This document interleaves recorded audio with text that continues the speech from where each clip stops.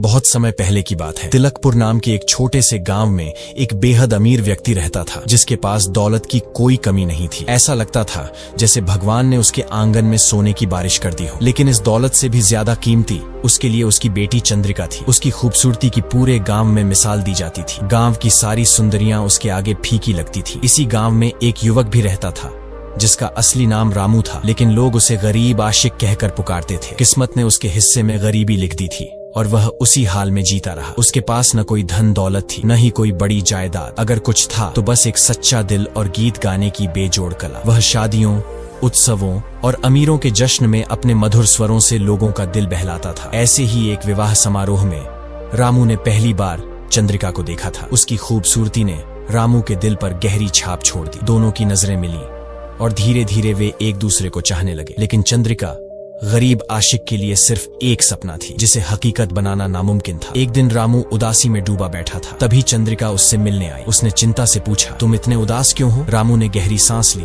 और कहा, मैं तुमसे बेइंतहा प्यार करता हूँ, लेकिन यह हकीकत भी जानता हूँ कि मैं तुम्हें कभी हासिल नहीं कर सकता। चंद्रिका ने मुस्कुराकर कहा, तुम हिम्मत क्यों हारते हो? मेरे पिता बहुत दयालु हैं। वे खुद हमारी शादी का खर्च उठाएंगे और हमें इतनी दौलत देंगे कि हमारी जिंदगी आराम से गुजर सके। रामू ने हल्की हंसी के साथ कहा, तुम सही कहती हो। तुम्हारे पिता मेरी शादी का पूरा खर्च उठाएंगे, लेकिन क्या तुमने सोचा है अगर आगे चलकर तुम्हारे मन में यह अहंकार आ गया कि मेरे पास जो भी है वह सब तुम्हारी बदौलत है? मैं नहीं चाहता कि यह एहसास मेरी मोहब्बत को छोटा कर दे, इसलिए मैंने